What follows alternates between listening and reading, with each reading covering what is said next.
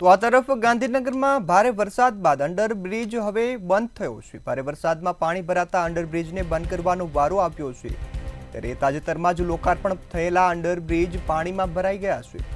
ત્યારે પાણીનો નિકાલ ન થતા કોર્પોરેશન દ્વારા ફાઇટર મુકાયા છે। ત્યારે ટ્રાફિક ભારણથી છુટકારો મેળવવા માટે અંડરબ્રિજ બનાવવામાં આવ્યા છે। પંચદેવ મંદિર વાલોલ અંડરબ્રિજનું તાજેતરમાં જ લોકાર્પણ થયું છે। તેમ છતાં પણ આ તમામ બ્રિજોમાં પાણીનો નિકાલ ન થતા પાણી ભરાઈ ગયા છે।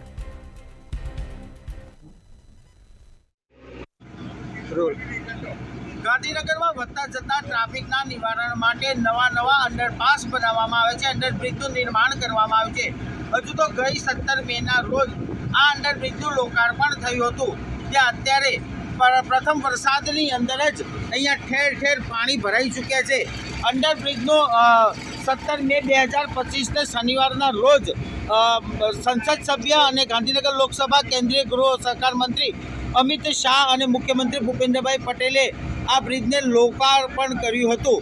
પરંતુ ગઈકાલે જે રીતે વરસાદ પડ્યો તે વરસાદની અંદર આ અંડરબ્રિજ સંપૂર્ણ ભરાઈ ગયો છે। જોકે કોર્પોરેશનનું તંત્ર હવે આના પાણી નિકાલ કરવા માટેની ગતિવિધિ તેજ કરી છે। અત્યારે હાલ જો જોવા જઈએ તો જનરેટરથી બાજુમાં બનાવેલા કોમન બગીચામાં આ વરસાદી પાણીનો નિકાલ કરવામાં આવી રહ્યો છે।